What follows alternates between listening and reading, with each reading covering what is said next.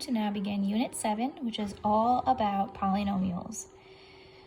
For this lesson, I am skipping around a lot because there's some extra stuff we don't really need to worry about right now. So I would suggest for this lesson, maybe printing out this PDF instead of the full lesson in your textbook, but the choice is definitely up to you. Just make sure you're following along with which exercises I'm doing and which ones I'm skipping over. Okay, so the basics for polynomials. Any expression that's of this form has a coefficient, a variable to a power, and the powers decrease, and it ends with a constant maybe, where those exponents are all positive integers. That would be a polynomial expression. So just to be clear, not all of the powers have to be written. So like, for example, 1, there's not a power written there, but we know that's to the first power because it's, any number to the first power is itself. Same thing with 8x to the first power. The one thing you're not allowed to have in a polynomial expression is a negative power, so you have to be careful. Okay, so we're going to look at these and we're going to decide which one of them, based on that definition, is a polynomial and which one is not. So for the first one, is this a polynomial? Let's see, does it follow this definition? Coefficient, variable, exponent, coefficient, variable, exponent, and a constant. Yes, this is a polynomial. Oops, we're supposed to circle. The second one, I have a coefficient, a variable, and exponent, coefficient, a variable, and exponent, and now this, I have to, need to analyze this real quick. If the x is in the denominator, if you guys recall, that means that if it was in the numerator, this would be x to the negative first power, right? Because remember, any negative exponent is written as a positive by putting it in the denominator. So this is not a polynomial, okay? It can't have any negative exponents. So because that x is in the denominator there, it's no good. This one, is this following this format of a coefficient, a variable to a power? It's not, okay? These exponents have to all be positive integers, and this is definitely not positive integers. These are variables, so this is no good. And finally, I've got this little guy here.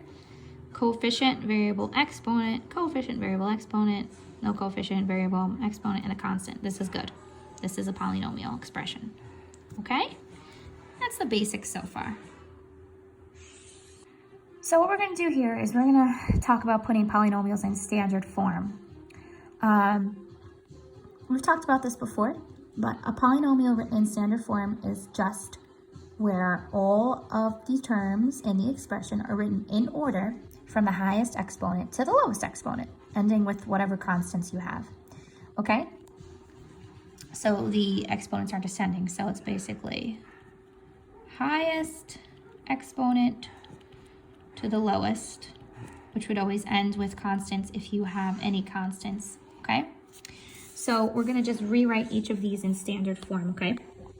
So we're putting it in order from the highest exponent to the lowest. So the 5x cubed is the highest exponent, that goes first. And then comes the 3x squared, that's positive, so we need a plus. And then comes the minus 8x. And we finally end with the plus 7. Okay, now it's in standard form. Simple as that. Okay, part B. Let's take a look here. The highest exponent is the 9x to the 4th, so we're starting with that. The next highest exponent would be 2, so this is, careful with the negative, minus x squared, followed by plus 2x, and finally ending with the constant plus 1. That's in standard form. Okay, last one. Careful with our negatives.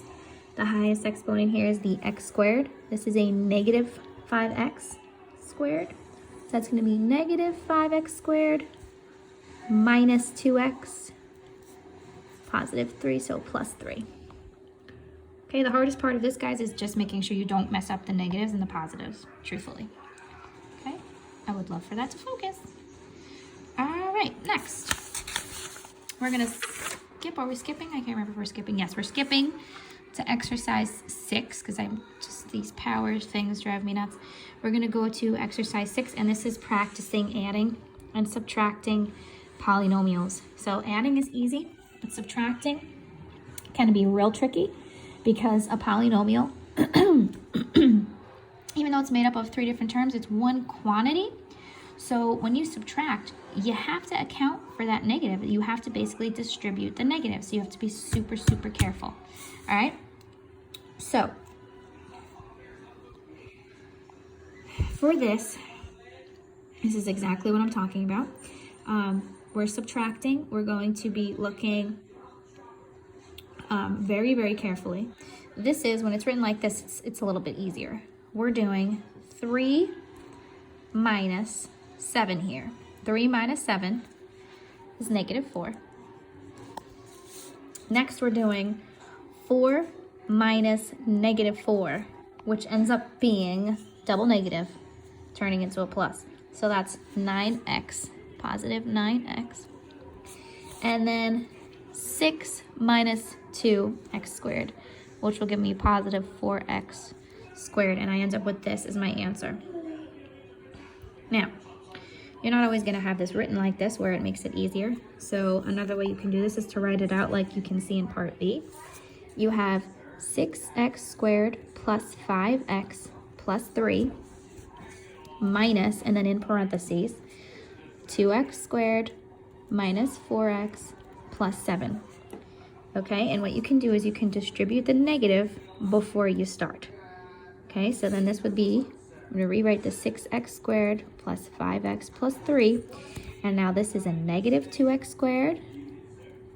And then this is a positive 4x, because negative times a negative. Remember, you can always just change all the signs inside. And then this is a negative 7. And then you can just do combining like terms like this. 6x squared minus 2x squared, which gives us the 4x squared. Then a positive 5x plus 4x gives us a plus 9x. And then 3, minus 7, which gives us the negative 4. And you get the same answer either way. Okay? This way covers more room for mistakes. It's up to you though. All right, so let's look at part B. It's already written that way for us, which is lovely. And this is a different problem. So we're going to first distribute the negative, but remember, when you distribute a negative, the easy way is to just change all the signs of everything inside. So your negative 2x becomes a positive 2x. Your positive x becomes a negative x. And your negative 3 becomes a positive 3.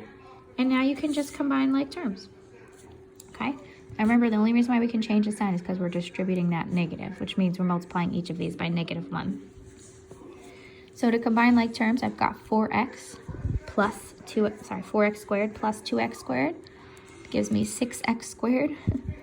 Then I have my negative 2x minus x. That's going to give me negative 3x. And then finally I have a positive 7 plus 3, which gives me a positive 10. And this would be my answer. All right? Not terrible, right, guys? Just you have to be super careful. So to conclude, we're going to do exercise 7. And this is taking these big, long, crazy looking polynomials, and we're going to combine like terms, do whatever we can, and then we're going to write it in simplest standard form. So we're not just writing in simplest form, we're also going the extra step and writing it in standard form, okay?